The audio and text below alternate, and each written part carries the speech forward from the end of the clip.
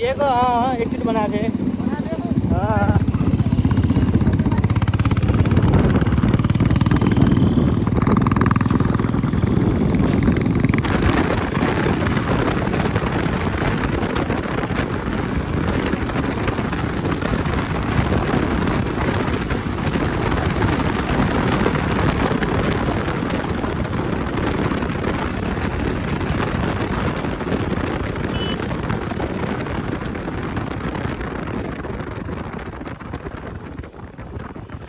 फेरि बाटो थाहा छैन त्यही त छ।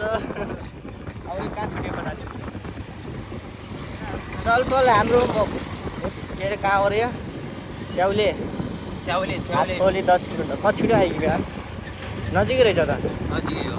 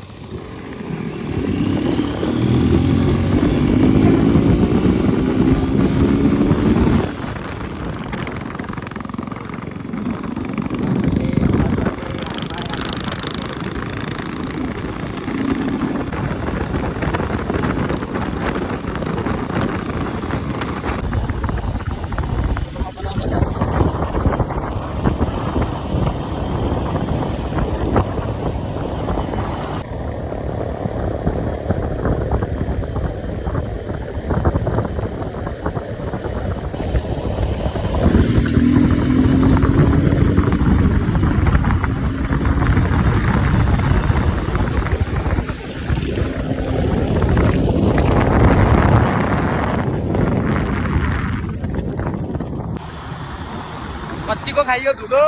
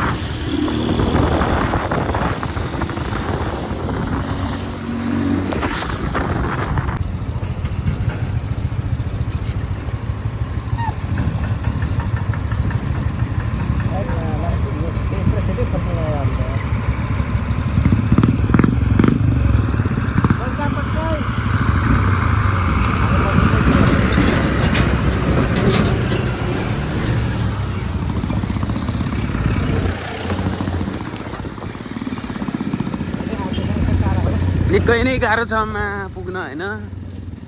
ओहो फेरि झ्याम्टे ओह्रालो रहेछ त हो।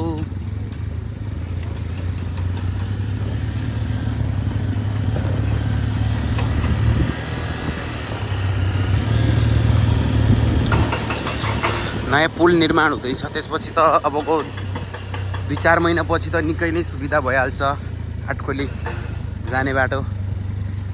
हेर्दाखेरि लास्ट ओह्रालो अनि झन् यो रोडामा फिस्ल्यो भने त हात खुट्टाको के हाल होला।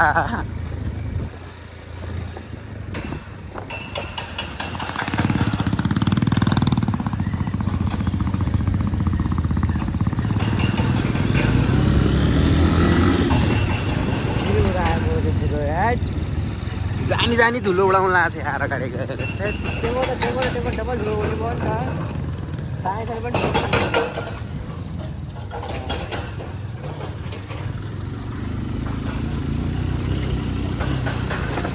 निकै नै गाह्रो भयो फाइनली हाटखोली पुग्न लागिसकेछौँ र हामी लागिसकेर हामी त्यसो पार्किङ सार्किङ भन्ने कुरा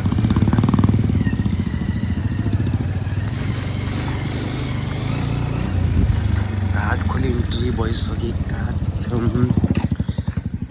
र उनको अवस्था भने चाहिँ एकदम नजुक छ कस्तो भयो सफर ओहो धुलो खुवाइदियो होइन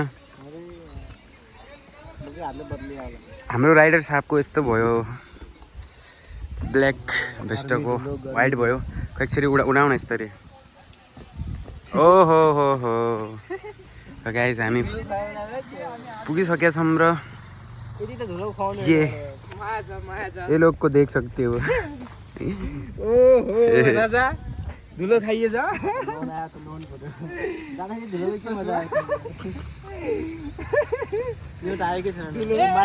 ठ्याक्कै भन्नुपर्दा एउटा अब नाजुक साथी चाहिँ अब आउँदैछ र सबभन्दा लास्ट चाहिँ धुले भनेको पनि हो र देख्न सक्नुहुनेछ चारैतिर हरियाली र मस्त एकदमै गाइस धनगढीदेखि धेरै त नलाग्ला आधा घन्टा जति लाग्छ र यहाँ देख्न सक्नुहुन्छ अबको टाइममा चाहिँ मान्छेहरू टन्न आउँछन् र बब्बाल तरिकाले नुहाउँदै जान्छ अनि यहाँ मकैबारी धर्याम पनि भइसकेको छ गाइस होइन र निकै नै एउटा भव्य रूपको साथमा अब हेर्छौँ र गाइस कस्तो हुँदैछ एकदमै बब्बाल तरिकाले हेलो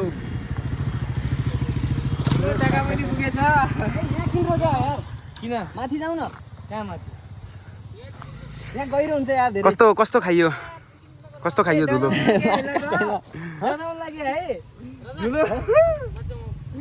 कस्तो खाइयो धुलो धुलोको पुरै नगर यार ओहो एकछिनै म देखाउँछु यो मेरो आँखा हो यो भित्र मेरो धुलो